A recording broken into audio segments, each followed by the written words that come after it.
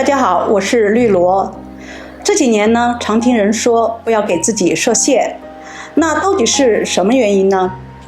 最近呢，在读庄子的人间世，读到了这样一则小故事，我有了一点思考。说鲁国呢有一位贤士叫颜和，他呢到魏国去担任太子的专职老师。他到了以后呢，就发现这个太子呢很难伺候，于是呢他就去请教一位叫屈伯玉的高人。他呢就问先生说先生啊，假设有这么一个人，他天性残暴，我如果放弃原则去迁就他呢，我怕国家因此受害。那如果我坚持原则去教导他呢，我怕自己因此受害。那这个人的智商呢，就是老是觉得别人有错，自己没错。那你说这种人我该怎么搞定他？屈伯玉说呢，你这个问题问得很好。首先呢，你得自己小心谨慎，端正自己的言行。内在呢是宽和的，外在呢是迁就的。迁就呢就是不能太过分，不然呢你自己呢就会跟着丧失立场。内在的宽和呢也不能太过头了，要不然呢你就会变成博取名声的正人君子，最后呢招致祸害。总结一下呢，就是他如果像个婴儿，你就跟他一样玩婴儿的游戏；他如果不摆官架子，你也就不用敬畏他，跟他做兄弟；他如果是放荡不羁的样子呢，你也去跟他放荡不羁。总之呢，就是行旧而心和，顺而化之。我觉得呢，这个故事太高级了。我以前呢做事情呢，只会用一种方式，就是讲道理。当出现矛盾的时候呢，我就说，那大家坐在一起，摆事实讲道理。但是后来我才发现其实讲道理，尤其是在亲密关系里面讲道理，通常是没有用的。因为那个时候他们不需要你讲道理，他们需要呢你有一颗同理心，需要感受到你和他们是在一起的。但是你想想，那个时候我们是不是通常是那种大义凛然的样子？然后呢，你看道理呢是不是这个样子的？我讲道理呢，你也得讲道理，你不能说有理说不通吧？但是呢，就像屈伯玉所说的那样，就是你看似好像坚守了自己的内心，但事实上呢，你是站在道德的高处去博取一个你的名声，而对方呢就会觉得自己被你打压了，他呢就好像在你面前成了一个坏人。而这样呢，不仅这个事情没有办法得到完美的解决，而且会让你呢变得很烦人，把你呢置身于危险的境地。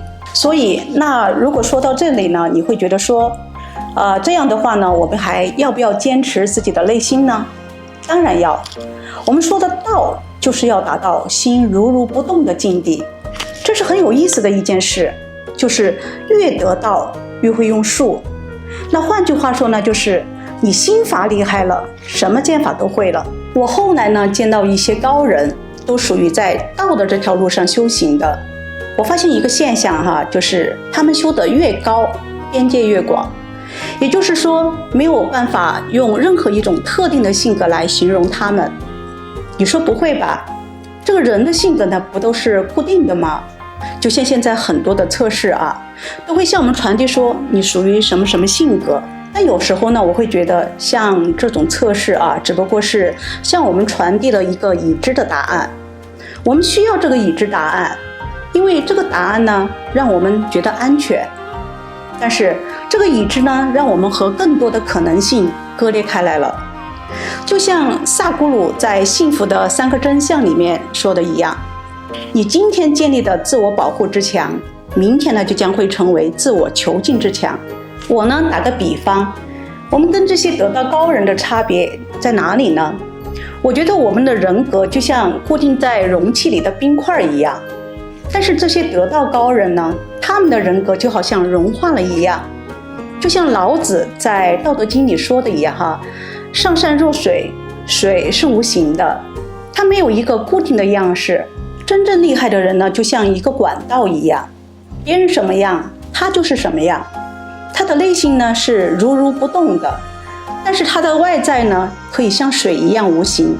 所以为什么要给自己设限呢？